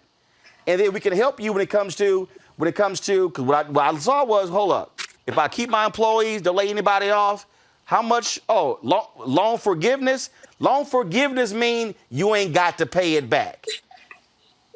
And no credit score requirement for the first time ever, Roland. No, the traditional requirements have been set aside. This has never happened before. 2 things need to happen in our community. Young folks need to, and our elderly people. My auntie, 86 years old, called me and said she was going to a funeral. I said, please allow me to be blunt with you. Sit down. You ain't going nowhere. If you go to a funeral, you're going to end up being in one. We need to tell our folks to go sit down somewhere for 30 days so this crisis of the virus will flatten. Then we need the small business owners to stand up. We need our people to sit down. We need small business owners to stand up and apply immediately as if your next breath depends on it. There's never been, as you just said, an opportunity that I have witnessed ever like this. This is the federal government telling the bank regulators to tell the banks to go easy temporarily on a black business. By the way, this is not a license for fraud. It's not a license for cousin boo-boo to be a flake. I'm talking about responsible people. Most of our people are responsible people who could pay their bills if they could. If you're having a situation, you're going to get a 60 to 90 day pause in your financial life. Never happened. That's on the debt side. Now you can sit around, as Roland has done, and reimagine your business plan without financial stress of new debt. Then you get to flip and have this new capital, call it equity, because we don't get equity in our communities, coming in from the, federal government through banks directly to you within 30 days or less. So, John, We are not going to get this, Roland, because we're not going to pay attention. And by the time we do, the money's gone. Go ahead. Reese, you're going to be first up with your question. But I got a couple of people on YouTube, and they're like, yeah, but you got to do this thing through a bank. Well, most business owners, first of all, if you're a business owner, you likely have a business bank account. Yeah. So you probably are already doing business with a bank. So, John, go ahead and just explain that. Yeah, we just need to stop it. Like, we kill ourselves before we even get out of the blocks. Just stop it. Stop with the cynicism. Stop with the complaining. Like, complaining don't pay a bill. Like, this is serious, people. Go to the bank. The bank is just simply a conduit for this. This has been guaranteed by the U.S. Treasury Department. I was part of the design process. I'm telling you, this is an unprecedented opportunity. Wait to get some bad news before you create something for yourself, okay? Go to the bank and so go to the SBA and apply. You go through the bank that's SBA guaranteed and apply, as most banks in America, and see what happens. And call out, if you want some help, go to Hope Inside Coach. I'm in 22 states. I have clients in 40 states. My services are free. Talk to a Hope Inside coach, a Hope Financial coach. We will help you package this. Go to the Urban League or whoever. Go to the NAACP empowerment offices or whoever you have a relationship with, and let us walk you through the process if you trust us versus trust the bank. And the bank is literally a conduit because the loan is guaranteed by the Treasury Department, so the banks are cool with it. Reese, you got a question for John Hope? Brian? Yeah. I just want to, you said something about by the time people apply, the money is gone. Is this something that is time sensitive, or is it first come, first serve? What is the criteria for how this money is being shelled out? Is it something that if you apply and you meet the criteria, you'll get it, or do people have to worry about some sort of racking and stacking of the different applicants? It's a great question. It's a double hit. By the way, your answer is yes and no to that question. I'll answer that in a second. First of all, you should get a check as a citizen. So if you filed a tax return, I hope everybody paid taxes, or at least filed a return. You filed a tax return in 18, 19, they know where you are. If you make $75,000 or less, translation, most black people, you're gonna get a check for $1,000, $1,500. If you have two parents in that household, two people in that household, and it's less than $150,000, you're gonna get 2 checks. If you have a child in that household, you're gonna get 3 checks. And that's gonna happen in the next 15 days. Set that aside for a moment. Then you have unemployment insurance that you can apply for if you've been laid off. Now, as a business owner, there is a deadline. I don't want to speak specifically until I see the new regs that they just did today. But my last check was June 1st. But the problem is not that. The problem is that it's $350 billion, give or take, for the small business program, and that sounds like a lot of money. But it's a big country, and the mainstream folks are going to the window first. And I'm concerned that by the time we get there, the money will be gone, even though the deadline will still be out in front of us. You need to apply like your last breath, depending on it, as in next week, over the weekend. Just keep trying to that website until you can apply or go through one of the conduits. Erica, your question for John Hope Bryant. Yes, thanks, John. My question is, will there be virtual sessions? You spoke about people going to Urban League, NAACP folks that they have relationships with. So I'm thinking about barbers. I'm thinking about hairstylists, will there be some type of virtual session where they can get guidance on how they need to go through the process of obtaining these grants and loans? So I know Derek, I know Mark Morial at the Urban League and the NAACP. I assume they're focusing on this. If not, hopefully through this video they will pivot, but they're very smart guys. I can't speak for them. I can tell you at Operation Hope, we are doing virtual sessions right now. So all of my offices, go to operationhope.org, it's all free, are doing virtual office sessions right now. By April 15th, we'll have a app out called Hope in Hand. It'll be on, whether you have an Apple device or an other device, Android, you'll be able to download it free again. And that will help you. You can go through the app to navigate to get to one of the coaches. So you go through a coach, go through MBDA, go through SBA, or go through a bank that you have a relationship with through their SBA department. Greg Carr, your question for John Hope Bryant.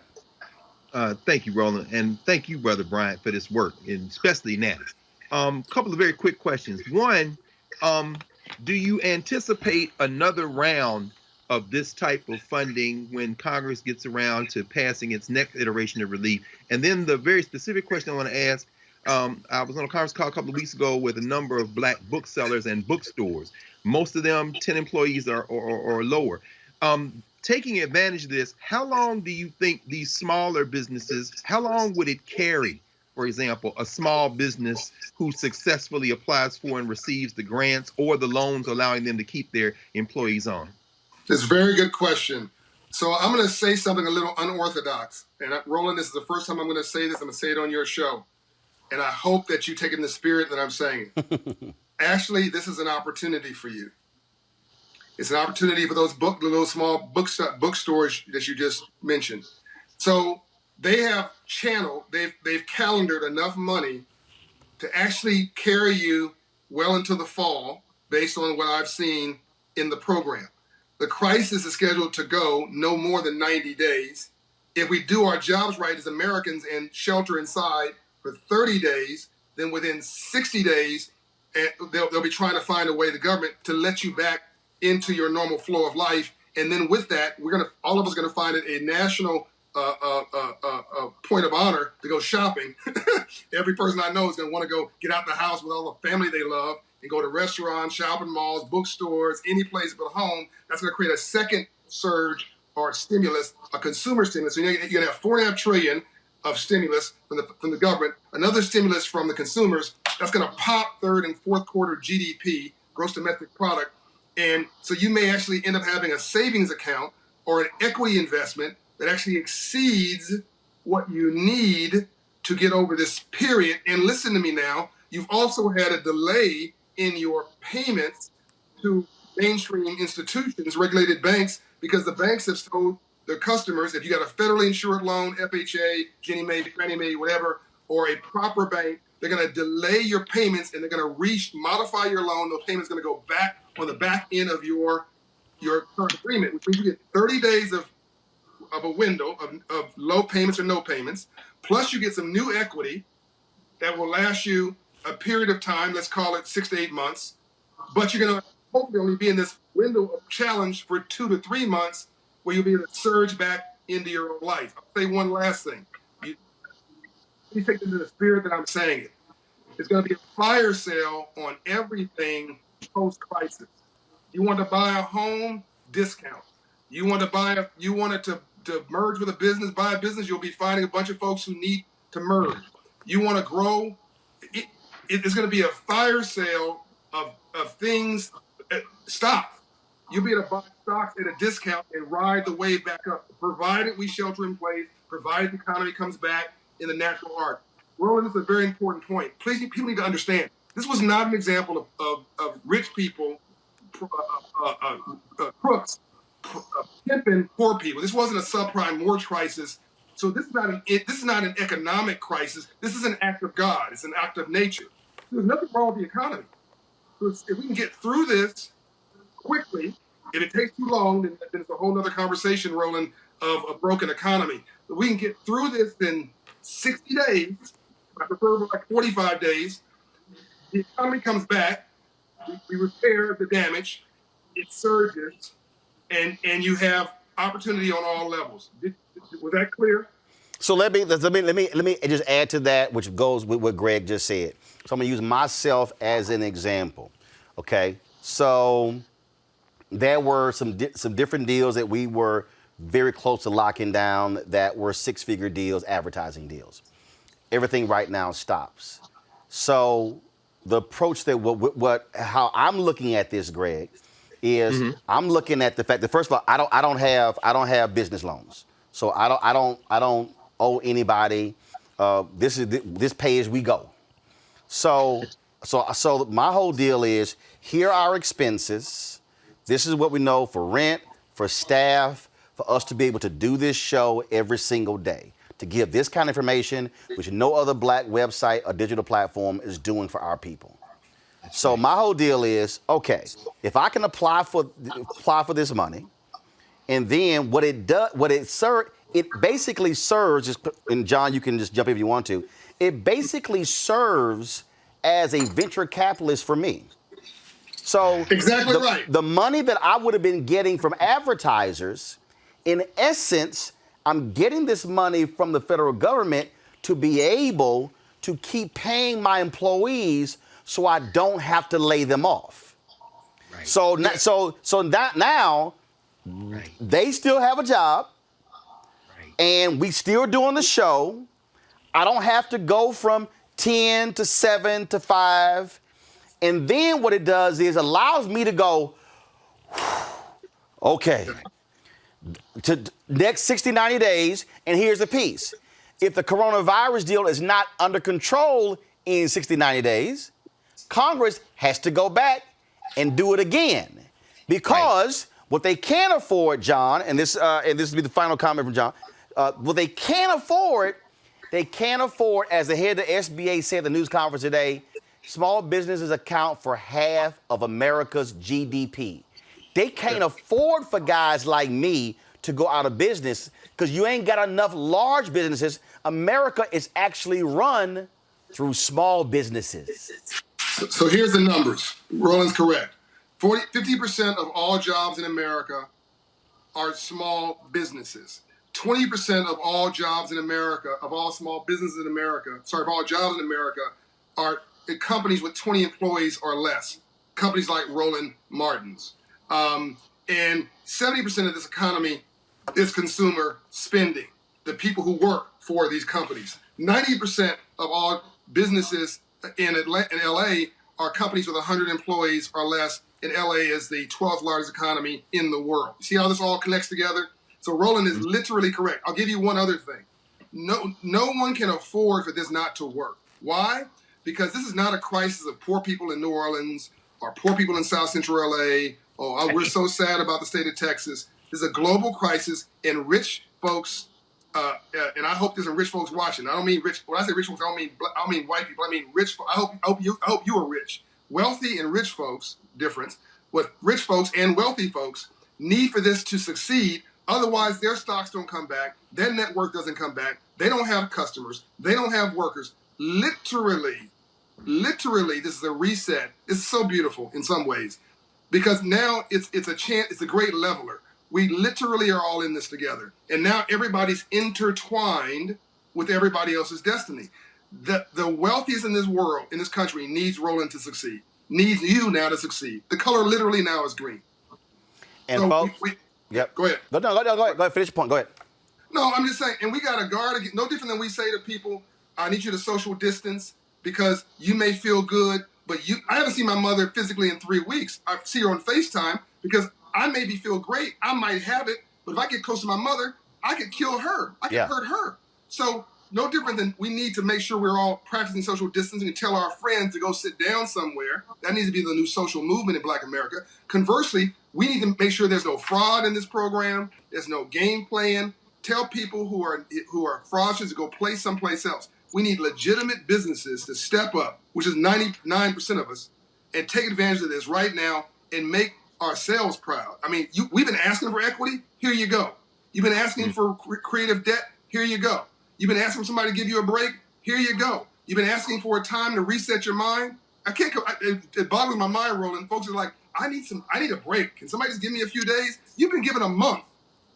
Pull your dream board out. Figure out what you want to do when you grow up. Reimagine your life. You've been given creative flexibility on debt. You've been given flexibility on planning your life, time with your family, time with yourself, and some capital to start or move your life forward. What are we waiting for? Folks, this is, and for everybody, and John has been a huge supporter of this show, and I greatly appreciate that, just like our panelists. This, y'all keep seeing me hear me say this, and y'all may think I'm crazy. This is why you have to have black-owned platforms, because John's on CNBC. They ain't gonna have a segment with John that long. That's right. Breaking this down. And not this blunt. Right. This is the stuff that we need, because trust me, we're not getting it on these mainstream networks, which is also why we need folks to support. A lot of y'all on YouTube been giving. I appreciate it. And y'all been hearing me for a year and a half now talk about why we need 20,000 followers, giving $50 each, $4.19 a month, 13 cents a day for this kind of information, because this is what we have to get. John, there's a conference call tomorrow that's specific to these issues in black businesses. You're going to be on that call when it's done. Hopefully it's not going to be a 5-hour call. No, 1 hour. Perfect. So when it's done, we want you back on the show tomorrow so we can keep pushing this information out so our people are not locked out. And if I'm correct, when you talk about the website, we're going to, do you have where they can go? Because I think it opens tomorrow to begin to apply. Yeah. So I don't want to give you the wrong information. All right, if you go to sba.gov, they'll have everything there. But I don't want to give you the wrong information on the website. So folks, go to sba.gov, sba.gov. And Operation Hope will have it as well, operationhope.org. So let me say a couple of things in closing, Roland. One, I'm a member of your program. Yes, sir. Because we got to walk our talk. PhDs are good, but PhDs are better. So I wrote a check, and I'm encouraging everybody else here to write a check. You can't afford not to do it. If you believe in it, then back it up. And so that's the first thing. Second thing is there is a call with the White House tomorrow, and I'm happy to come back on. But you also can get on that call will be Ambassador Andrew Young, Dr. Bernice A. King, CEO of King Center, Tommy Dortch, Chairman of 100 Black Men, the Russell family. I don't know which one. Somebody from the Russell family. Cassius Butts. There'll be Lisa Borders, who is a brilliant former chairman of the Coca-Cola Foundation. There'll be a lot of luminaries, Reverend C.T. Vivian, who will be joining this call around this focus at the White House around black businesses accessing the CARE Act. So we're going to come out of that with information that is useful to your audience. I'm happy to come back on if it's helpful. Well, we're going to have you on, and we're going to have all of them on as well, because we here 5 days a week. And we're going to hammer this thing every single day so we are not left out. John Hope Bryan, founder of Operation Hope, man, I appreciate it. Thanks a lot. Peace and light. All right. Thanks a lot, folks. Great information there. And again, that's why we do what we do. Let's go to this next story. At least 7 people who attended a COGIT conference in Kansas City have been diagnosed with COVID-19. The Kansas Department of Health and Environment issued a statement this week saying people who attended Kansas East Jurisdiction's Ministers and Workers Conference at the Miracle Temple Church of God in Christ may have been exposed to the coronavirus that causes COVID-19. Now, folks, not having church services during this outbreak certainly creates a problem for a lot of churches. Now, here's the deal. People love talking about mega churches, but the reality is this here. Mega churches only comprise 4% of all churches in America. Mega churches comprise 4% of all churches in America. 96% of churches in America are small churches. And so what has happened is many of these churches are struggling to keep their churches strong until the parishioners return, and that's where larger churches are stepping in. Joining me now to talk about this is Justin Giboney, attorney and political strategist, and Bishop Vincent Matthews Jr., mission president for the Church of God in Christ. Bishop Matthews, how you doing? Bishop Matthews? I am here. All right, how are you, man. sir? Doing great. All right, pull up Bishop. So Bishop, what are the churches doing for these smaller churches? because a lot of these smaller church pastors don't see what's happening. They're concerned. They're thinking about, will they lose members? Will they lose their churches? Will they lose their buildings? What's happening? A lot of churches are in trouble. The narrative that's out there is that churches are mega churches with big money. But as you know, Roland, first of all, thank you for having me on your show. The average church is under 100 members. And Black churches in particular in urban and rural areas, many of their people have been laid off. Many churches are finding themselves in challenges. And so we've linked with the AND network, and the church is raising money, infuse money to assist these churches so that they can continue to serve their communities. And so that's a huge challenge because our communities are in need of help right now. Is Justin there? Is Justin there? Is Justin there? All right. Well, I'm here. Pull him up, y'all. Pull him up. Justin, please. What assistance do these churches need? What is being offered to assist them? Yeah. So what we've done, as Bishop was saying, is we've created what we're calling the Churches Helping Churches Challenge. And as you know, the Barna group came out, I think on Tuesday, with research that showed that tens of thousands of pastors around the nation do not believe their church are not sure that their church is going to make it through this crisis. So what we've done, we've gone to majority churches, majority faith organizations, and others, and said, hey, this is the time to show what the church is really supposed to be about. We need to help these small at-risk churches by giving them grants to get them through this period. So we have the Churches Helping Churches Challenge, and we also created the COVID-19 Church Relief Fund. We'll be raising upwards of $500,000 to give small grants, about $3,000 grants to churches that are in need. And Roland, if you get the number saying that tens of thousands of churches don't know if they can make it, that means it's even worse in our community, and that our community is getting hit really, really hard. So a lot of these churches who they were all in a bad position, or they have a lot of people in their area are just out of work and can't give, or they have an older congregation that doesn't give online, they're really just stuck. Well, it's time for us to come together, whether you're a white church, Hispanic church, Black church. If you have more financial stability, it's time for all of us to step up and help these smaller churches. So we're going to launch tomorrow. We'll have open applications on churchrelief.org for folks to apply, for small churches to apply to get this money just to make it through the crisis. The worst thing that could happen is for us to get through this crisis, and then you have a bunch of small churches who were serving their communities that can no longer do so now because they didn't make it through the crisis. Bishop Matthews, what the churches are also dealing with, look, most of them don't even have infrastructure to be able to do online. I did a video last week showing some different cameras, how they can use to be able to go online. But one of the things that we have to also recognize is that they got to deal with these older members who but they love church, they want to go to Bible study.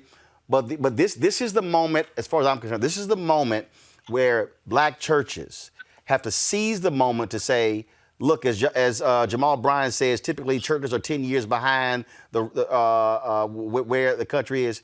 This is an opportunity to say, hey, we got to now operate in the 21st century as well. And so while helping them stay afloat and survive, they also have to be in a thrive state of mind. You're exactly right, Roland. Our presiding bishop, Bishop Charles Blake, has continually urged churches to follow all protocols and all guidelines to protect our citizens. I talked to one of our pastors today in Brooklyn, New York, Pastor Taylor of the Open Door Church in Brooklyn. They're serving 420 families a week, this week, last week, and every week for the last 35 years, giving groceries and doing things. They don't have PPEs. They don't have other things. This kind of money will help this small church who's helping their community with infrastructure. And you're right. They have to be careful, but without the infrastructure, it's very important to catch up and to be a part of their communities to serve. Justin, again, give us that website where people can go to get more information. Churchrelief.org. Churchrelief.org. All right, then. Justin Giboney, attorney, political strategist, Bishop Vincent Matthews Jr. We surely appreciate it. Thanks a bunch. Tell Bishop Blake I say what's up. I will. All right, gentlemen, thank you so very much. Final comments from my panelists. We're going to close the show with some fun stuff. It's been a little heavy, but we're going to do that. So I'm going to start with Erica. Final comment for today. I am imploring and asking everyone that's watching this broadcast to please whip out your phone now, utilize Cash App. I understand that we are really in unprecedented times, but if you do have something extra and believe in the show, believe in the program, to please go ahead and send off to Roland Martin Unfiltered. This is an important platform that we need. It continues to teach and build us every day, and it's just something that we, especially in these times, need. Also imploring everyone to stay safe, take care of yourself, love on yourself when you get up first thing in the morning, and make sure you check on people that you might not ordinarily check on. Reese, people always talk about, man, we need this, we need that. Guess what? But we need information. When you hear the phrase information is power, it is power. What John Hope Bryant laid out, all of our black businesses need. Absolutely. And I think the most important thing that he said is don't give yourself bad news before you've even looked into it. So many people are so intimidated by the prospect of so much as even looking into it. It's free to go to sba.gov and find out the information, find out if you apply. Time is of the essence. Do not let this go by. We've heard a lot of people make justifiable complaints about how $1,200 is not enough for a stimulus and all those other things, but the stimulus check is not the only thing on the table. You have unemployment if you've lost your job, and if you are a small business owner, you have this this grant program. Take advantage. These are tough times, but most of us are at home and we do have a little bit of time on our hands. So make sure at a minimum, look into it. And if you don't have a small business, but you know a small business owner, maybe they're not watching the show, look into it for them and make sure that they get that information. Greg, I did an Instagram Live last night with comedian Ali Sadiq, and we were talking about the show, and we were on till like 3, 4 o'clock in the morning. And one of the things that I said to him then is that when Robert Abbott created the Chicago Defender in 1905, it didn't just become it wasn't a Chicago newspaper. Their readership actually was more outside Chicago than it was inside Chicago. And the thing that I need people to understand is that when you hear the phrase, ain't nobody gonna save us but us, what this moment is revealing to us, Greg, and I'm just gonna go ahead and say it, what this moment is revealing to us, all of those black websites that are focused on entertainment ain't covering no entertainment, because the entertainers, they all at home.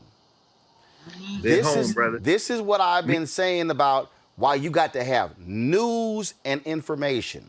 What John Hope Bryant laid out, people were on YouTube and Facebook were like, oh my God, y'all, he helped write the legislation and the regulations. The point of this is to bring you people who are at the table. Senator Kamala Harris, Senator Amy Klobuchar. That's why we do this. We ain't got time for games. Now is the time, Greg, and all those books behind you, where we've got to be feeding our minds, because we can't just bitch and moan our way through this pandemic. We got to be prepared. You know what I reach for. You know my man Gerald Horn wrote about 30 books, and they back there. But this is the one you always talking about, Roland's Book Club, The Rise and Fall of the Associated Negro Press. Claude Burnett. Yes, sir. When we control our institutions, we win. Everything, I echo everything my sister Erica said. Y'all put $2, $3, $4, $5, $10, $15, $20, $30 on this and keep this going. Echo everything that Reese just said. Y'all have to understand now, not y'all, we have to understand it's time to be smart. Charles Blow wrote something today. He said, you know, you have to understand that when candidates were calling for broad structural change, and moderates were kind of like, oh, the country isn't ready for broad structural change. Brother Blow said, we are now experiencing broad structural change, whether we like it or not. What you've done, Roland, since this crisis came out in full bloom, anybody watching this, tell your friends, go back and look at the last 2 weeks, especially of Roland Martin Unfiltered. I mean, hell, go back and look at the last 2 days. You've had sitting United States senators today, Klobuchar and Harris. You've had the mayors, the black mayors around the country. You've got policymakers. What we just heard from Brother Hope Bryant a minute ago, John Hope Bryant, is worth its weight in gold. And as he said, He's not going to say that on MSNBC and to conclude, as you said, he wouldn't be allowed to go on that long anyway. This is the greatest evidence in a moment when everything is about to change that, number one, this is the most important news show on television of any racial background or any cultural background. All you got to do is switch to another channel and realize how worthless all that stuff is. It's sensationalist entertainment. And number two, whatever you can bring to Roland Martin Unfiltered to support it, please do, because this information may literally save your life. Greg Carr, Reese Colbert, Erica Savage. Erica Savage Wilson, I appreciate it, folks. Thanks a bunch for sticking with us the full 2 hours. Again, lots of information there, but I got a couple of things left. I want to thank y'all. I appreciate it. Bless you. All right, see y'all next week. All right, y'all. Sam Jackson, he's back, and he wants y'all to keep your ass at home. Roll it. Stay the at home. The Rona is spreading.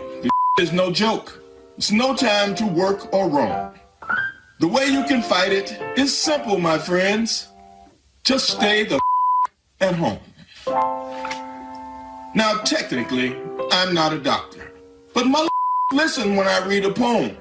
So here I am, Sam Jackson, imploring you, keep your ass at home. If you want things to get back to normal, don't panic. Just use your dome. Wash your hands, stop touching your face, and stay the at home. Motherfucker, it's no time to gamble. Look around, you're not at a casino. Just stay the home as if your name was Trenton Quarantino. Sure, you can still see your friends. Use the app on your phone. But unless you just ran out of groceries, please stay the at home. Thank you for doing your part to flatten the curve, because that is steep. And now that you're home, please feel free to go to sleep. I thought we had the original version versus the one that's all bleeped out, so I just sent Sam Jackson a text message saying, Sam, send me the original, because this is Roland Martin Unfiltered, and we ain't got to use the bleeped out version. But great advice from Sam Jackson. All right, y'all. Look, a lot of y'all at home. Y'all watching my man DJ D-Nice in Club Quarantine. He wasn't supposed to DJ last night. He went more than 4 hours last night. I was up with him. But he's going to be back on Saturday. So what if you at home and decide to say, you know what, I want to make me some fun drinks since I'm at the house. So I called my home girl, Laura Mora, bartender, dancer out of Miami, and said, let's go it on. So Laura, what you got for us? I don't drink, but a lot of my folk do. So what you got for us? Well, today, since we are in quarantine right now, I just try to pick some things that usually people have in their house. At the bar when I'm working, by the way, I work at Bar Idol in South Beach. The Lickin' is known as the Lickin'. I'm a bartender there, and a lot of people, when they order bourbon, they order bullet bourbon. So I figured this is something that's inexpensive and everybody would have at their house. So let me just make a really nice peach lemon drink with that. That's easy to make. And then I also purchased limoncello. I'm not sure who has limoncello, but I use this all the time. Anytime I make a drink with some type of lemon, I put this in it. It's a lemon liqueur from Italy, and it's amazing. You can drink it by itself with ice. It's like a dessert liqueur, but that goes great with vodka, Hennessy, anything, Douce, cognac, any bourbon, whiskey. It goes amazing because lemon goes with anything. So I have those, and then I have my recommendation for a pre-made drink is the best margarita pre-made drink I feel. Like, usually I don't like pre-made drinks, but this margarita is really, really good. So I'm going to also introduce that. All right, so go. What we got? So this is my little mini last-minute bar setup. So what I'm going to do is first I have my shaker. I'm pretty sure everybody have, but you can use anything in the house. But as long as you can, shake it, cover it, you can use anything. So the ice machine was off. I didn't realize it. So I'm going to go go ahead and put the ice. I'm going to go ahead and add. I'm going to make first, it's called the Very Cello Rock Martini. That's one of my signature drinks. So I go ahead. I don't have pour spouts. That's the best thing about pouring at home. So I count 1, 2, 3, 4 for me. You can do whatever count you like. Then I go ahead and I add my limoncello. I put about 2 counts of this. 1, 2. And normally you can purchase strawberry puree, but I made my own puree. Basically, all I did was I muddled fresh strawberries. I added some limoncello, also regular fresh lime. I squeezed that in there, and I muddled the strawberries to get a fresh strawberry puree of my own. And I'm gonna go ahead and pour that in here. I'm gonna shake it. Martini glass. If you don't have martini glass, you can use anything you like. Anything you want, but I use martini glass. You could get these at Dollar Tree for $1. And I'll go ahead and this is what I'm doing now is I'm putting sugar rimmed with lemon zest. That's easy to do as well. And I have my first drink.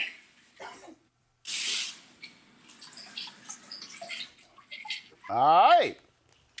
All right, that's so pretty. The Very Cello Rock. The reason I'm calling it Very Cello Rock because it's pretty much a strawberry lemon drop. And what I used was Ciroc and limoncello. So Very Cello Rock. All right then. Pretty cool drink there. All right, so that's the first drink. What's that lemon drink you were talking about? All right, so this is the first drink. Well, this is the lemon drink. This Okay, is the gotcha. strawberry drink. Okay, strawberry, guys, strawberry lemon. Okay, got it. So what you want to know about is the bourbon drink. There you go. Peach drink, but Right. it also has lemon in it. Roland, the non-drinker, wants to know about the next drink. It's okay. You have a lot of friends that drink. It's okay, like me. So I'm going to go ahead and pour this one out. Give me just a second.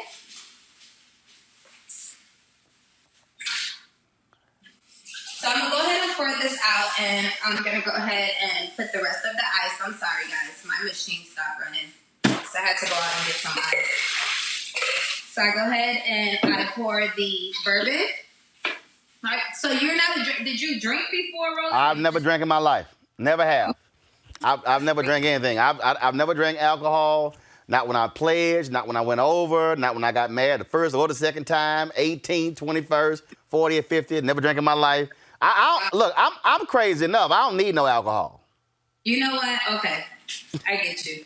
I mean, I don't know how you made it, but all pop. Listen, everything. I ain't never even had an energy drink.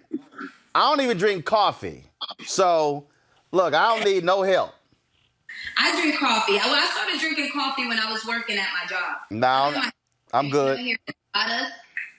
Those things are addictive. I'm good. But, now, what's this? What's this? So what I'm doing is I put the bourbon. I put 4 counts of bourbon, and then I put 2 counts of the limoncello. I have here a strawberry peach juice. It's made by Tropicana. Again, something easy that you can find, and you probably always have in the fridge. All right. 5 count of that.